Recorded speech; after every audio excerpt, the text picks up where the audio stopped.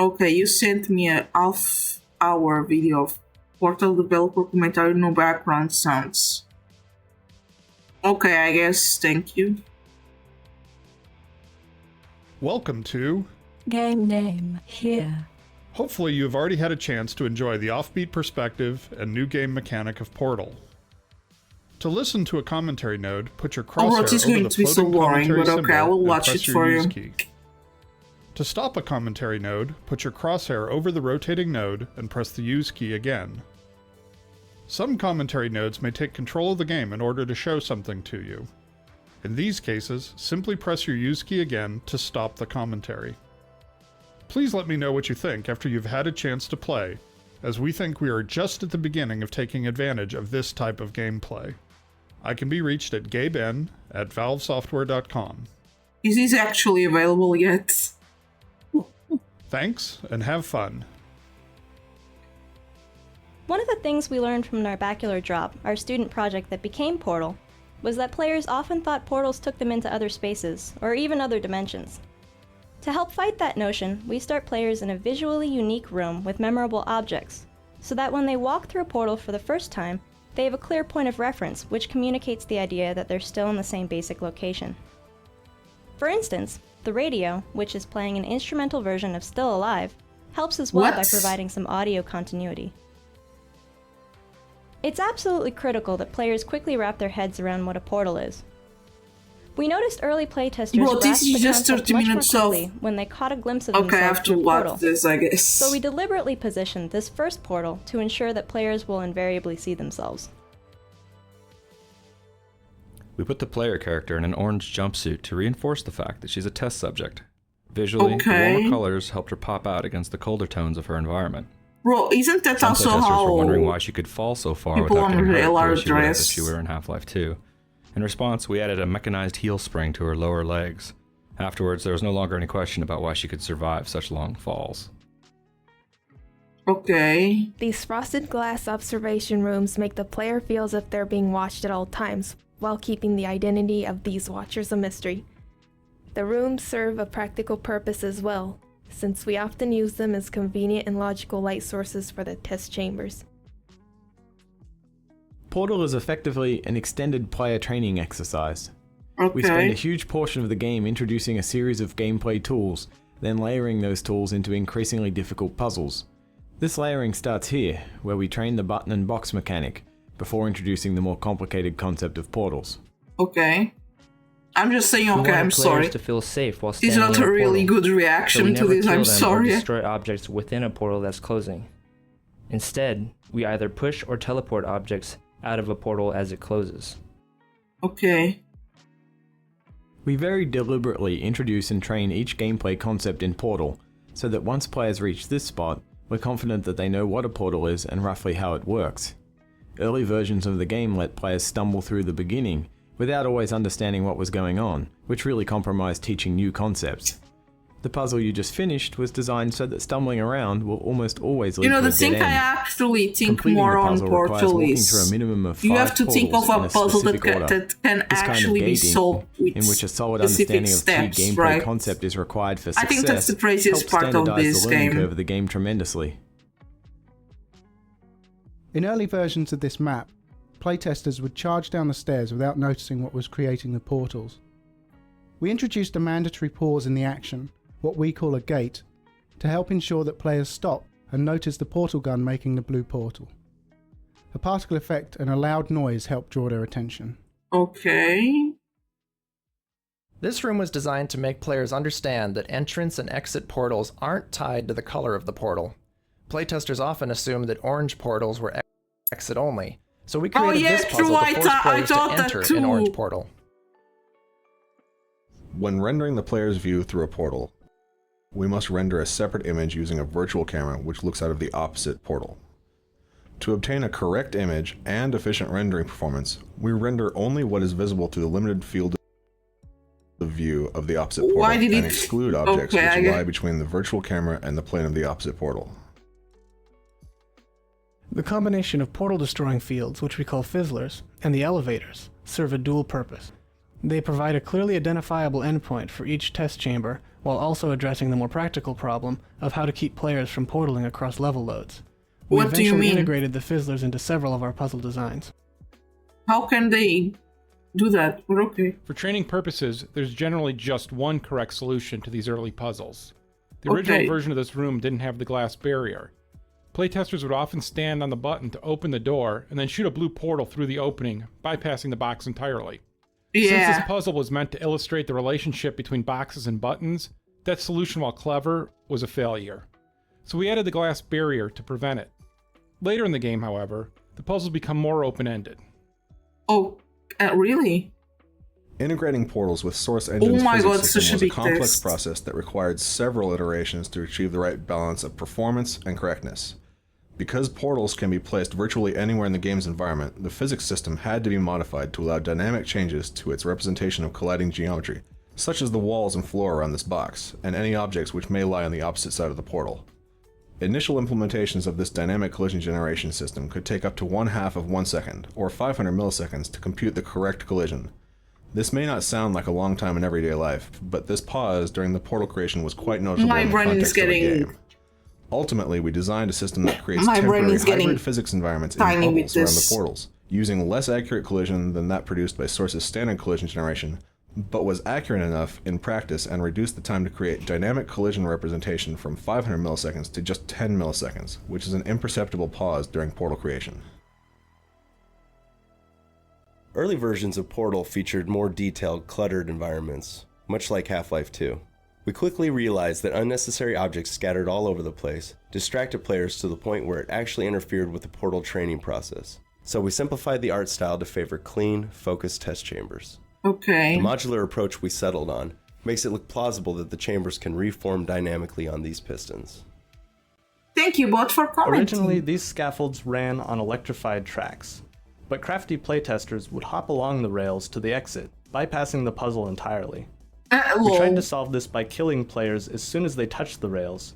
That solution ended up being too much of an overcorrection, as even skilled playtesters were getting frustrated by these one-hit kills in the more complex puzzles later in the game. Making the scaffolds run along immaterial beams of light solved both problems. Yeah, true. That kinda is a good Even though idea. layering player training was a design goal from the start, we still ended up introducing some concepts too quickly. For instance, this used to be the first energy ball redirection puzzle. Okay. Playtesting revealed that this puzzle introduced too many new concepts at once, which ended up frustrating a lot of playtesters. In response, we inserted 2 test chambers before this one to make the energy ball redirection training more gradual. We previously talked about how we handle static portal collision, but collision with moving objects on the other side of a portal is a completely different and equally hard problem. Walking onto this scaffold was a very iffy proposition for the first few months of development. We solved the problem of colliding with these dynamic objects by cloning the objects from one portal to the other and strictly controlling what objects are allowed to collide with each other and how they're allowed to collide. Okay. To make puzzles deeper than just teleporting to the exit, we had to include surfaces that won't hold a portal, which are formally introduced here.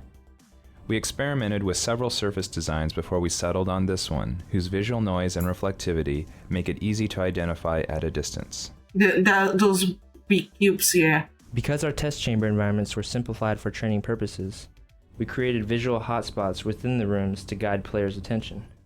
The design is essentially a balance between round objects and sharp objects. The sharp objects representing background elements, and the round objects, such as doors and movable props, comprising our points of visual interest. Well, a creative museum, this is kind of boring, but I'll watch it for you. 2 off-screen textures. This approach was easy to implement and was compatible with a wide range of graphics hardware. Unfortunately, this method was incompatible with anti-aliasing and consumed a large amount of video memory in order to handle recursive views through several portals. Because of these disadvantages, we switched to a system which renders portal views recursively into the frame buffer with the aid of the stencil buffer to isolate pixels corresponding to a given portal. This is a more effective scheme because it is compatible with anti-aliasing and does not consume any additional video memory for off-screen textures. Portal momentum ended up being the hardest concept to convey. For this series of puzzles, which went through more design iterations than virtually any other part of the game, we introduced the idea of redirecting your momentum using portals, slowly, step by step. We even have the AI voice pretty explicitly explain the elements of the puzzle, something we avoided throughout most of the rest of the game. Using gravity to fall into one portal so that you come rocketing out the other portal, a skill we call flinging, was another difficult concept to train. We designed a specific visual cue, a pushed-out concrete block with checkerboard tile above a pit, to indicate to players that it's time to use the fling maneuver. Repeated several times, this cue helps players associate pushed-out concrete slabs with flinging, in much the same way that players learn to associate cubes with buttons.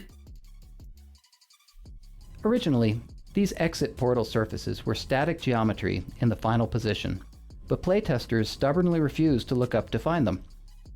This is another example of the classic game design problem of coaxing players to look up. By putting the portals on moving pistons, we were able to start them in a position that players were more likely to see. Okay. We found that rather than looking into portals to see where it went, playtesters would often leap blindly to their doom. In response to this observation, the moral of this puzzle is, look before you leap. The safe orange portal is out of the player's view from this balcony. That forces them to peer through a portal to see it, which trains players in their remote viewing capabilities of portals. Originally, a weighted button was used to open the far door, but playtesters so strongly associated boxes with buttons that they'd get stuck searching hopelessly for a box. We changed the big button to a pedestal-mounted push button, thus removing the box association, but playtesters still had trouble realizing they needed to shoot a portal through the door. Adding a ticking timer sound when the door was open cued players that the puzzle expected them to act during that time, which solved the problem. This room is designed to build anticipation for the big moment when players finally get the fully powered portal gun. The puzzle path brings you in a circle around the device, so that it's virtually always in sight, right up until you grab it. Player training doesn't always stick, especially after the introduction of a big new concept. For instance, after they had acquired the fully powered portal device, playtesters often forgot about the fling maneuver. Since it's such an important skill, this puzzle is designed to reintroduce the idea of flinging. When we moved from largely placeholder art to our final visual design, this was the first level to get a facelift. We chose this map because it had many of our gameplay elements integrated into a relatively small space. The test chamber art direction was designed to make everything appear purposefully placed. The simple design helps focus players on the puzzles. It also provides a nice contrast to the later, much less sterile behind-the-scenes environments, which contributes to a clear sense of progression. This is the first map in which we experimented with solving the puzzle in as few portal placements I'm sorry for not talking much, I don't know what to say. We tried to fit that concept into the story mode. Some of this language is so weird. Instead of abandoning the idea altogether, we added the concept to a series of post-game challenge maps. A problem we came across with virtually any puzzle involving boxes and doors was that the players could portal the boxes to the other side of the door, thereby trapping themselves in a room with buttons but no boxes. We set up special triggers to detect and handle these cases, and then added the box delivery tubes to ensure players could always be supplied with the required tools. A few playtesters put a portal on the floor here, and used the rising stair pit to skip the rest of the puzzle. We'll usually rework a level if playtesters discover a way to bypass chunks of the puzzle too easily. But in this and a few other cases where skipping ahead arguably takes more skill than solving the puzzle properly, we let the ninja solution stand. This is a great spot to appreciate the recursive nature of portals. If you place a portal on each side of this hallway, you'll notice the portals seem to go on forever, similar to the effect you get in a Hall of Mirrors. In actuality, we support a maximum of 9 recursive portal views down any chain of portals. We achieve the impression of infinite recursion by copying part of the previously rendered frame onto the final portal in the recursive chain. It's not perfect, but it's inexpensive and effective. Let's go.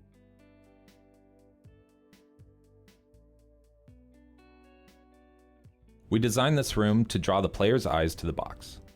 The light from the observation room casts horizontal shadows that point at the box, which is directly lit by a warm light from the ceiling. This warm light helps the box stand out against the predominantly cool test chamber lighting. The varying size squares of the off-limits surface also help direct the player's attention upward. This particular section went through several iterations because it's the first place where players are required to perform possibly the trickiest portal maneuver, the double fling. Originally, the room also featured an energy ball redirection puzzle. Combined with a new double fling skill, however, it proved to be too much for most playtesters. Overwhelmed players tend to not digest new information, so we simplified the puzzle to require only the double fling. To nudge players in the right direction, we also included visual hints, such as the previously introduced single fling theme, the pushed-out concrete slab with a checkerboard landing zone. Does it seem like a song? Okay. This puzzle requires players to redirect an energy ball through multiple portal placements. The multiple steps cause many early playtesters to panic and accidentally redirect a ball right into themselves, with deadly results. We redesigned the test chambers so that portals can only be placed in the top half of the room, which solved the problem by generally leaving players out of the ball's reach. We noticed through our playtests that many of our players weren't aware of the fact that you could place portals while falling.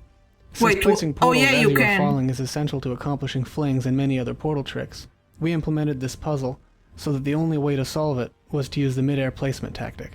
It took numerous iterations and lots of tuning before this consistently played well. Perhaps the most important purpose of this final test chamber is to cement the double fling maneuver training.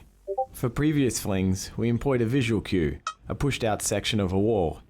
In preparation for the more freeform behind the scenes levels, however, we take the training wheels off. To proceed, players must realize they can double fling almost anywhere they want to, with or without hints. In this puzzle, we wanted players to realize that using portals, they can travel long distances in a short step. Okay. Originally, we had stairs from the ground level to the upper rooms. Hello, how are Many you? playtesters, however, were able to run from one room to the other quickly enough to consider it a solution, without ever thinking to use the even easier portal method. By changing the stairs to very slow-moving lifts, we were able to level the travel time for all player experience levels, thus making the intended Were you live solution more yesterday? clear. No, story. I had like a For Portal, doctor we wanted to create a appointment. turret that was different from the traditional Sorry. Half-Life 2 turrets. The Half-Life 2 turrets are nothing more than mindless And I mounted will guns. not be live In tomorrow Portal, because we I wanted have the turrets to another have personality, appointment. to be Sorry. characters. The first step was a redesign of the look. Once we had the look of the new turrets, they seemed less like menacing machine guns and more like cute robots. Yeah, true, they're And cute. robots can never really be cute until they are talking robots. So the next step was creating the vocal characteristics of the turrets. Working with Ellen McLean, we settled on an innocent-sounding voice with dialogue to match. This juxtaposition of killing machine and innocent, non-aggressive personality ends up making the Portal The turret one of a more memorable character. bars. You sent me like the channel, but I watched the shorts Even though we didn't want before. Portal to be Yeah, too today. combat Yeah. heavy, we wanted to add at least a light combat mechanic. After a few less than successful attempts to actually realize this light combat concept, we settled on turrets as a good compromise. The turrets can be defeated with tricky portal maneuvers, but they're also susceptible to a more straightforward berserker approach. Oh yeah, I do that a lot. Even though Portal tells a The simple Santa story, video, we not- created a lot not of yet, I backstory still have to for watch the Aperture stuff Science, before. For its employees, for its rivalry with the hated Black Mesa, and for where all of this fits into the cosmology of Yeah, Half-Life. but I first have to watch this First stuff Portal to game people doesn't sent me reveal all of before it, that. but we crammed a lot of Sorry. little details into the environments. This area, for instance, called the Ratman Den, hints that there may be other people trapped in the facility. I'm a berserk. Okay. I'm a berserk. I'm a goblin. We designed this hall so that players had to use a box I'm a as gremlin shield. or so something, many I don't playtesters know. read it as and avoid the energy ball timing puzzle and simply left the box behind. We solved this in large part by Berserk, having the AI it's talk cute. about the box. A lot. Once the dialogue went in, playtesters went from routinely abandoning the box to never wanting it to leave their side. Since we weren't going to make the players lug a box around for the rest of the game, we had a scene at the end of the level where the players are forced to kill the box. Oh, come on. I know that I was told that, A Creator is my favorite sort of the idea VTuber. of Valve is that everything is planned. Everything is worked out in advance. But that's a big fat lie.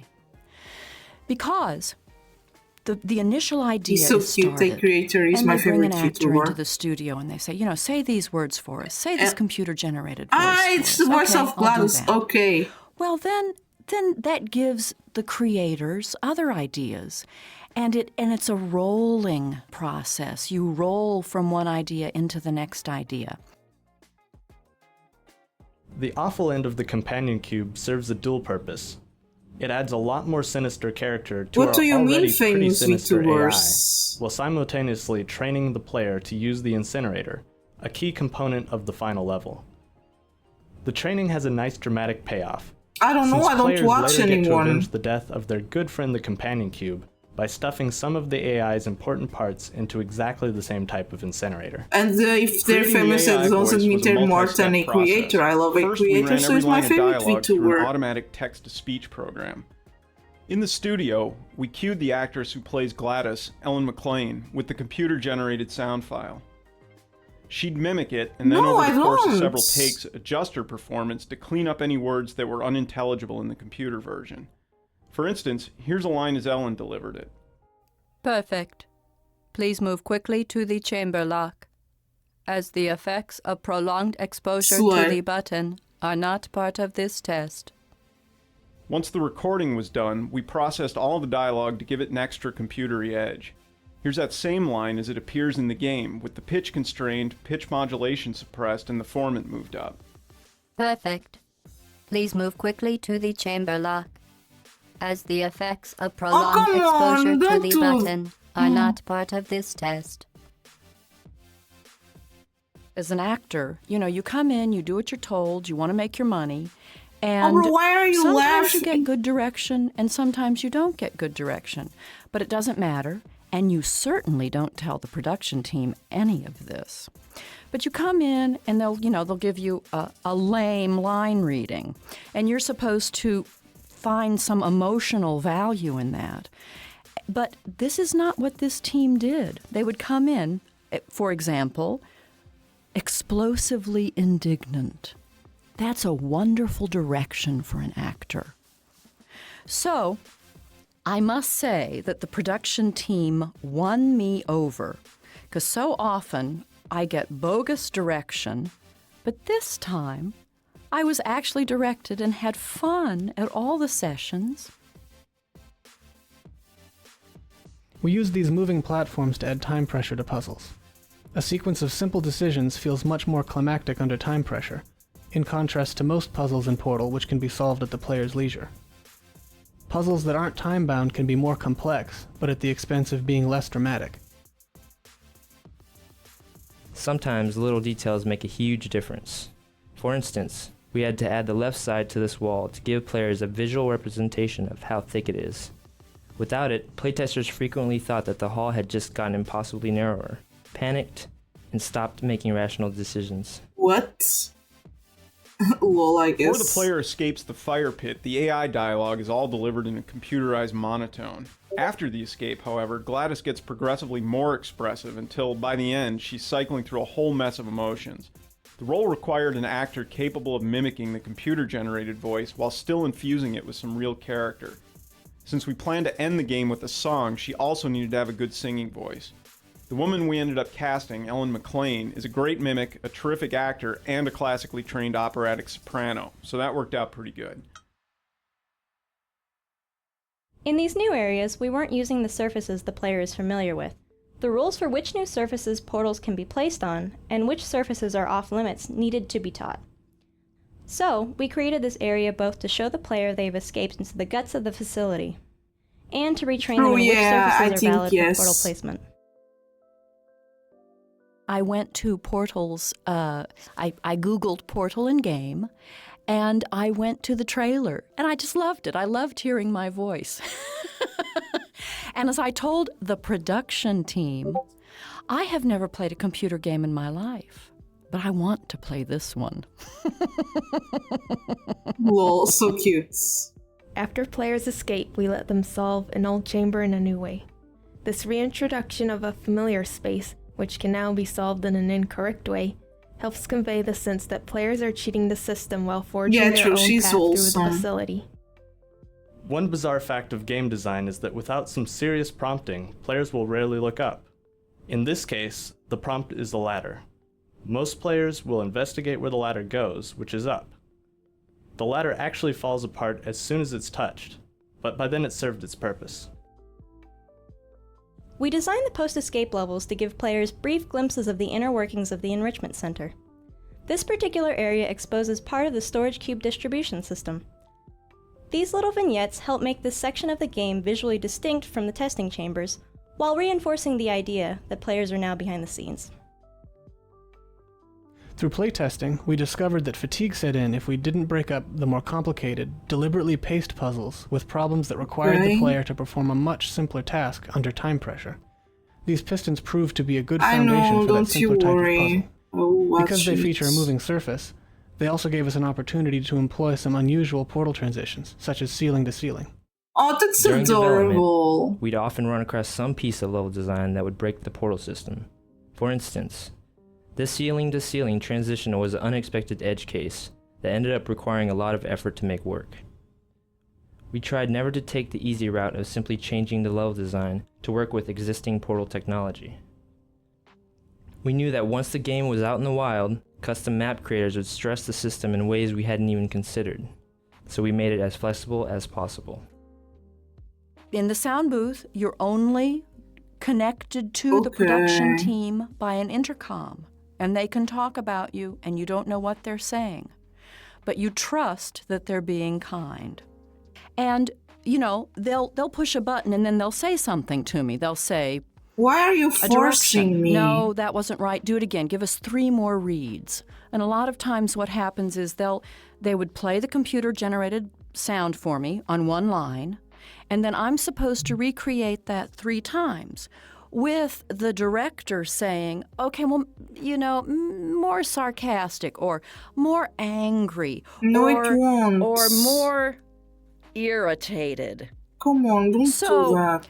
You stand in the booth hour after hour after hour. They're always very nice. They let you have water in here and maybe a pencil to take a few notes. And of course you want it to be interesting because you want them to hire you again. As the end of the game draws closer, we increase the ratio of time-pressured puzzles, like this turret ambush, to give the players the sense that they're approaching a climactic encounter. An important design goal of these post-escape levels was to give players the sense that they're running wild inside the guts of the facility. With that in mind, we added plenty of nooks and crannies for players to crawl into or place portals through. This ended up being a tricky lighting challenge, as the areas needed to be bright enough to navigate while still being dim enough to feel like obscure, disused sections of the building. Sarcasm. GLaDOS is sarcastic a lot. And that's so much fun. But while I was trying to do this, trying to build in all these emotions, I still had to maintain the computer sound and maintain the pronunciation of repeated phrases. You know, Aperture Science and the Enrichment Center. Lol. Also cute. These rocket sentries originally fired lasers.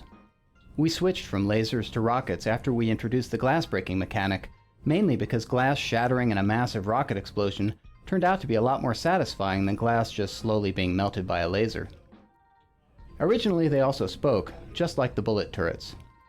Because players often redirect the rockets with their backs to the turret, however, a distinct uncluttered sound cue was required. The voice simply added too much noise to the rocket redirect mechanic.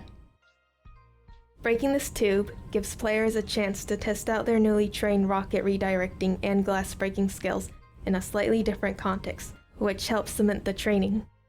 This massive turret ambush was originally a lot more massive, with turrets that dropped from the ceiling and popped out of surprise hatches.